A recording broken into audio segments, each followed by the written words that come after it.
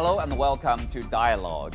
10 years ago, China proposed the idea of building a global community with a shared future for the mankind.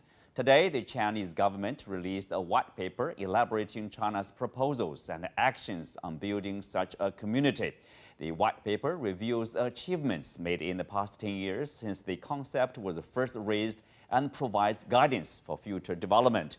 What does the concept of a global community with a shared future mean to global governance? How has the idea been incorporated in real actions? And what are the challenges ahead? To help us answer these questions and more, I'm joined by Teng Jianquan, Director for the Center of Arms Control of China's Institute of International Studies, He Wenping, Senior Research Fellow at the Chinese Academy of Social Sciences, and Harvey Dzodin, Senior Fellow at the Center for China and Globalization. That's our topic. I'm Xu Qinduo.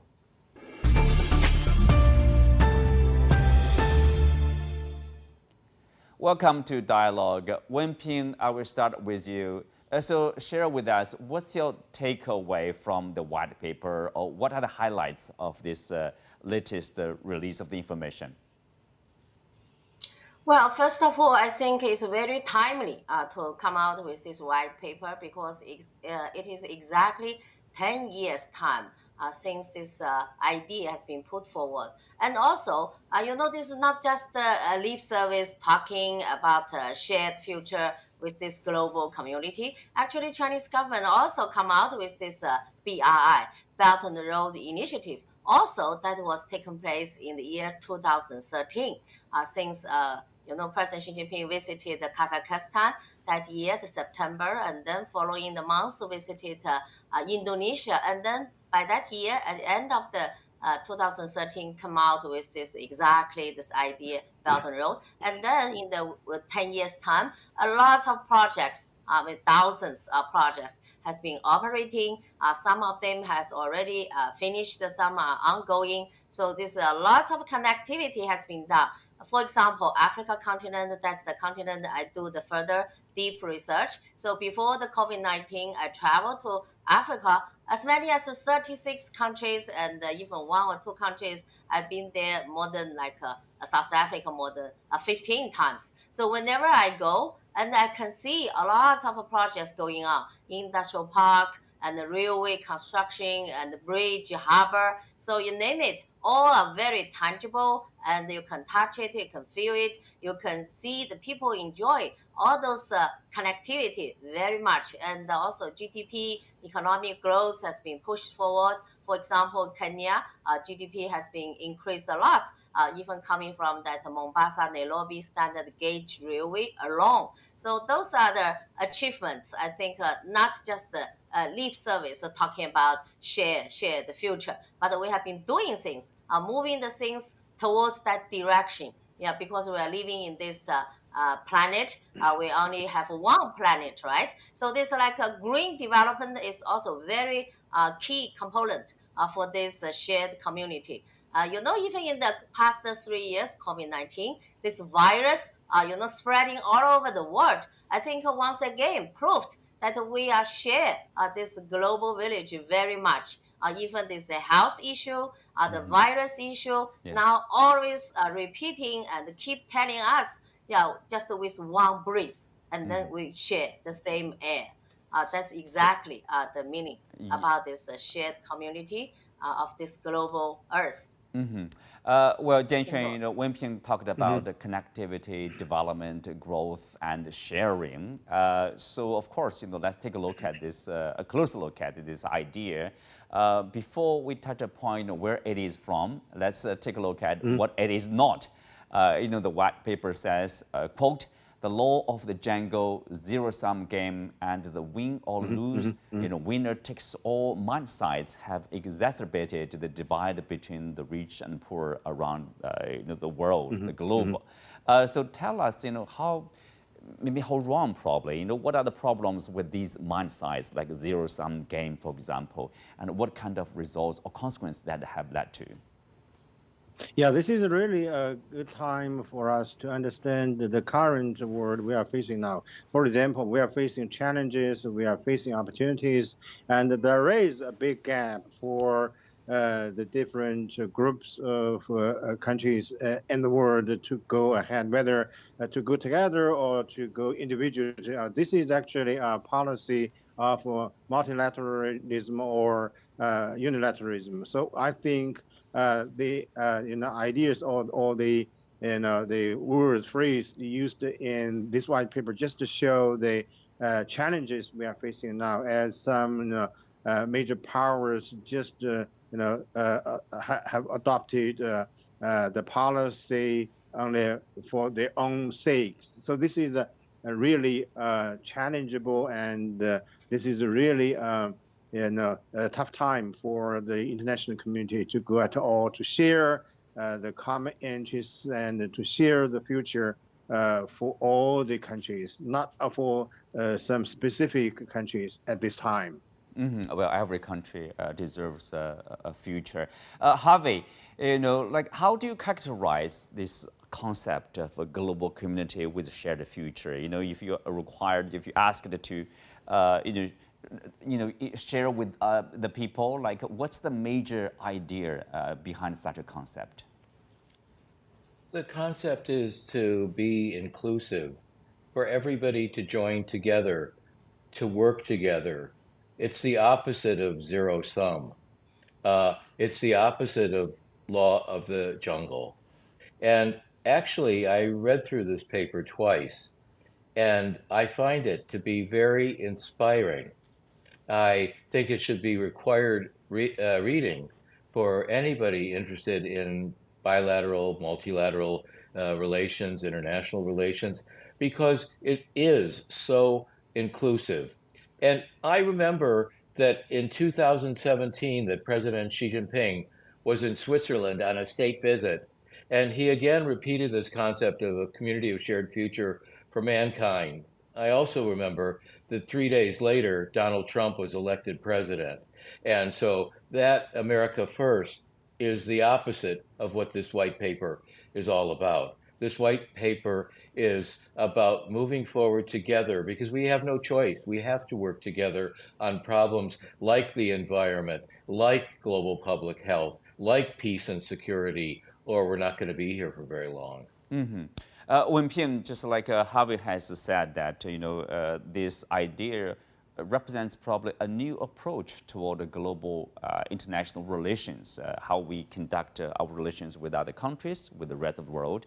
But then people would say it also comes from the Chinese culture, Chinese tradition. All the essence, probably part of the essence of the Chinese culture, to share, to see the world as one family. Tell us where it is from in terms of the cultural heritage here.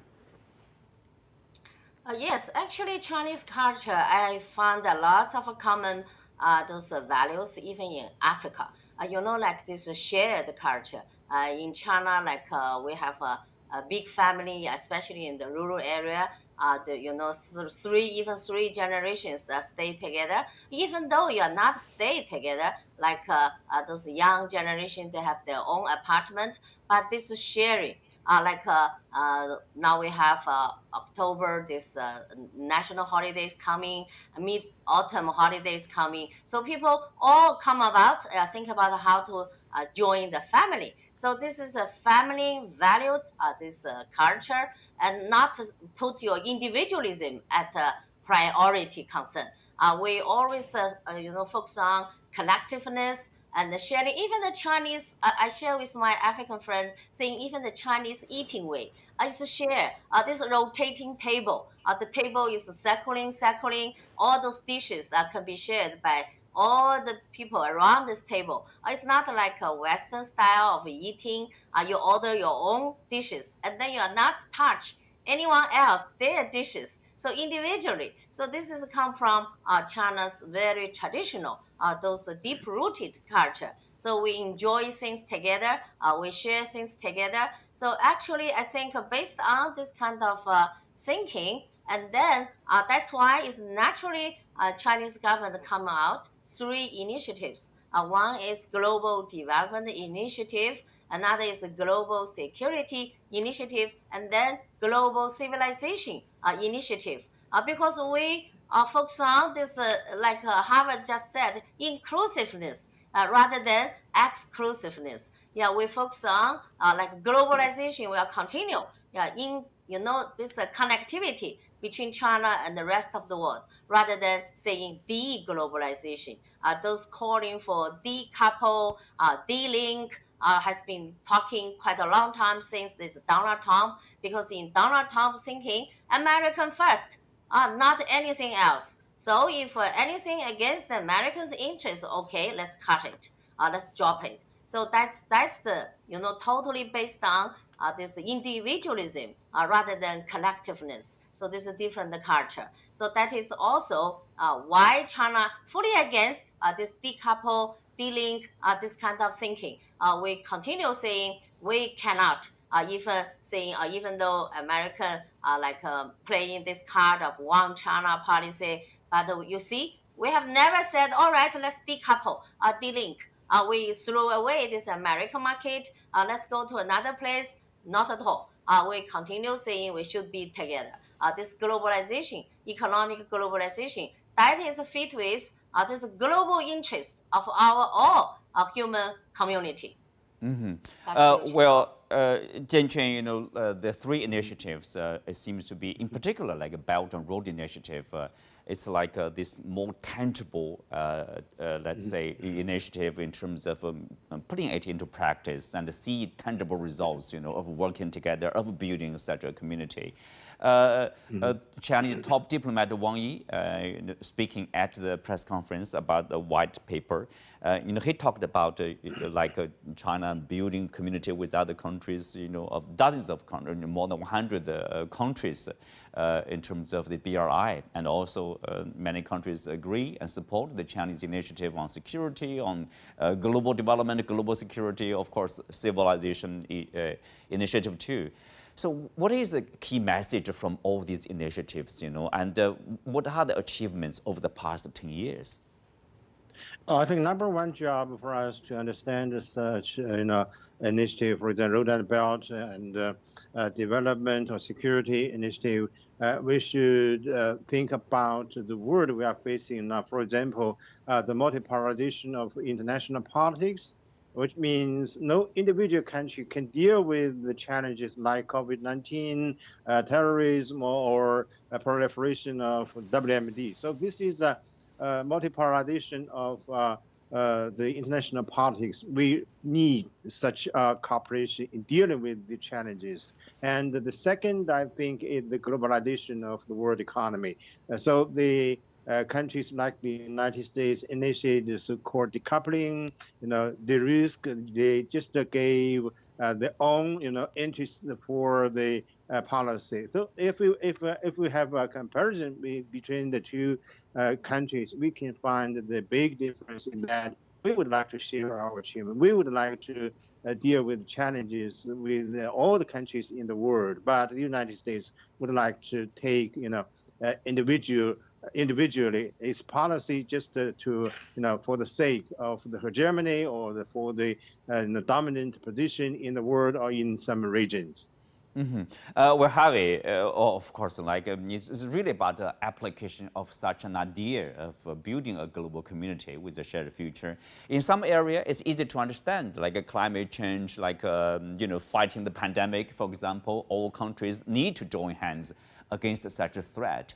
But then, when it comes to national interests like economic growth or high advanced technology and science research, then it becomes a bit tricky. For example, the U.S. has pursued a policy of small yard, higher fences, such a policy. But of course, with the latest release of Huawei Mate 60 and other gadgets, and then there are questions about whether that policy is working or not. In reality, how can we bring, in particular, the major players together to, with a vision for the future of working together? I mean, with a long vision for the future, the common future too.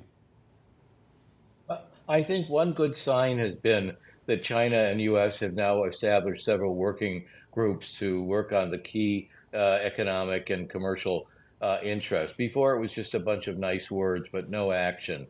So I think working together, at least bilaterally, is very important, and I'm very happy that there seems to be movement on that front. But it seems to me, too, that the U.S. position is to try to weaken China at all costs because America doesn't like to be number two. America believes in American exceptionalism, that we're chosen by God to be the rulers of the world. And this is not, this is the opposite of what this white paper is about. The white paper is about inclusiveness. The white paper is about working together. And in order to do this, we need to use every forum that we have, whether it's the United Nations, where China makes a huge contribution, both financially, also in terms of people power for the Blue Helmets, and also leadership of the UN, in terms of regional organizations like Shanghai Cooperation Organization and the many others that it's involved in. This is how we're going to work together, by talking, by trying to negotiate these things, and to look for win-win, not zero-sum. America looks too much at zero-sum because it doesn't want to lose. And America doesn't act like we can have a win-win solution. And I think if you look through this white paper, it's, if you want to summarize it, it's about win-win. It's about a win-win. So, probably, we can have one more positive sign, the latest, from Wang Yi, actually. He talked about the APEC summit. He made it known that China is willing to play a constructive role in making the APEC summit a success, to be hosted by the U.S. in San Francisco. So in that sense, Harvey, can we be more confident? There'll be probably a momentum being built between the two countries in terms of seeking more cooperation to stabilize the relationship, if not improving the ties here. There's two sides to this coin, unfortunately. And what Wang Yi talked about is the positive sign and hopeful sign that there can be work together. And also, you've got the Belt and Road Summit coming up too. And this is the third one. It's going to be about the progress that's been made about in the last 10 years. And there's a lot to celebrate there. The $1 trillion in projects, the 155 countries that are working on Belt and Road, I think 30 international organizations that have joined it. But on the other hand, we have a presidential election coming up in America in about 14 months. And the name of the game is how low can you go to demonize China? Because the low-hanging fruit of American politics is to poke China in the eye and to criticize China. So I'm very worried that for the next 14 months, and maybe beyond it, if someone like Trump, or what I call Trump with a brain, gets elected, that we're not going to make any progress. In fact, that the world's future is at risk. So I think all the countries of the world need to put pressure on the U.S. to try to build a cooperation. And we're not going to cooperate in every area at the beginning, but we've talked already about some of these things, like nuclear, like the environment, like global public health. We can start working there, and we can start building from there, and we can use international organizations to do this, because the international organizations are built on the principle equality, cooperation, and so on. So I'm optimistic in one sense internationally, but I worry about what's going to happen in the United States in the next 14 months and beyond. Mm-hmm.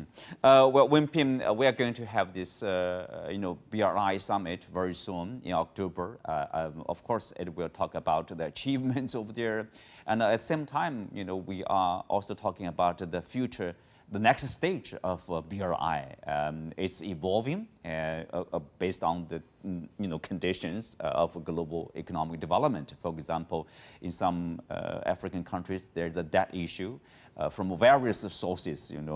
Interest rates increase, for example, in the States, and of course, energy crisis, pandemic, all contributed to this problem. I mean, so how should China do in terms of applying, building global community, this idea, this concept into practice in dealing with those problems, or in developing the next stage of BRI? Yes, we're all looking forward this October, this third BRI summit. I think that there will be very sure lots of African countries will join. So far, our foreign ministry already make announcements saying around even more than 100 countries will join this summit. Actually, so far there are as many as 150 countries has signed already BRI MOU with Chinese government. Of course, if you look about the past decades when the BRI kick off, we have seen at the very early stage a lot of big investment like a railway, like a harbor, airport, the terminal, those are huge infrastructure projects. Of course, we are taking a lot of investment. Those amount of money are quite a lot. Well, I don't think in the future, like you mentioned, a lot of challenge, like debt issue, like economic situation globally is not that encouraging. Even this Ukraine crisis also caused like this food crisis, fuel crisis, and also financial crisis. All those are happening now in African countries. So certainly, with those partner countries, now they are short of this financial means, also short of this even the tourist industry not fully consume back yet. So I don't think a lot of big BRI, those infrastructure projects will continue. Of course, will slow down, and then more folks will goes to like those small size, maybe goes to people's livelihood, electricity, like South Africa even face of a power cut. So maybe now next phase in South Africa, this BRI corporation will focus more on how to come out with the power, generating the power, those facility issue. Not need big, huge investment, those infrastructure things. I think should relate with people's daily life more closely. I think this is going to be one of the direction. Another direction, of course, is public health construction. Even though COVID-19 saying now it's over, actually it's not completely over yet. It's come back, yeah, back and forth. Yeah, maybe other virus, another kind of new virus, maybe will come out. Who knows? So this public health things, I think, should be always there for our very close concern. You cannot say after the virus come out and then we quickly make some response. This kind of a mentality is very dangerous. You have to prepare in advance. Yeah, not virus come and then you make action. You should prepare long ago. Yeah, and then power yourself. Even though and then some new virus come out, we have those self-confidence, this capacity to deal with them. And then that's industrialization. I think this is also one of the key components for BRI because this is many countries involved with BRI, especially African countries, like South Asian country, Central Asian country. They still lag behind for their industrialization. But China has a lot of this rich technical know-how and also a lot of extra this industrial productivity capacity. Now we need to do this complementary with those countries now in deadly needs because those industrialization can create job. Now job is much needed. Lots of people now is jobless. Unemployment rate is very high in many countries. But how to resolve this issue? Have to come from those investment in industrialization. Otherwise, you cannot find a way out. So we have to do that is this input in industrialization, connectivity. Growth, development, and then jobs. Jianqun, if you look at this, the idea, the new idea approaching this international relationship, it's easier, it seems to me, at least, I guess for a lot of people, for the developing world to build such a community. For example, if you look at the BRICS recently, the development of BRICS Plus or BRICS countries, 11 of them now. The countries, they have different political system, different culture, different tradition, but despite all of that, they come together and focus on the priority of building their country, of economic growth, and they have no problem of working together. That seems to me almost like an example of a global community with a shared future here. Yeah, you're right. I think this is good example for us to understand the current situation of our world. For example, the Global South actually just gave a very, strong and positive driving forces to the development, to the peace, to stability in some region or even in our world. For example, the development of each country's economy, of course, can give a very solid improvement of the social life. So this is actually a good tendency for the international community to go ahead, not by some individual countries for their own sake. So I think at this moment, the developing countries might be the most important driving forces for future, shared, community or share the future. So I think this is a good, example for us to understand the current situation we are facing now. Mm-hmm. Well, Harvey, as we just touched upon earlier, like the challenges. There are a series of challenges. Global economic slowdown, Ukraine conflict, as a decoupling or de-risking, a practice from the U.S., European countries with China, all major economies around the world, and also this is a supply chain issue, industrial chain issue. So with all these challenges in mind, we can say it is getting more difficult probably to build such a global community with a shared future. But of course, despite the difficulty, we cannot afford to give up such an ideal, such a concept. What should we do, for the global community to come together and focus on building such a community with a future forward-looking vision here? You're right. It's not going to be easy at all, but it's absolutely necessary if we're going to have a future. So I believe that there's about 200 countries in the world, and the countries have to really weigh in to the United States to get with the program and cooperate and not to engage in zero sum. The problems are really important, and they're even more than that. They're existential. If we don't start to address these problems, we're not going to have an environment that will support life. We're not going to have a planet that's healthy.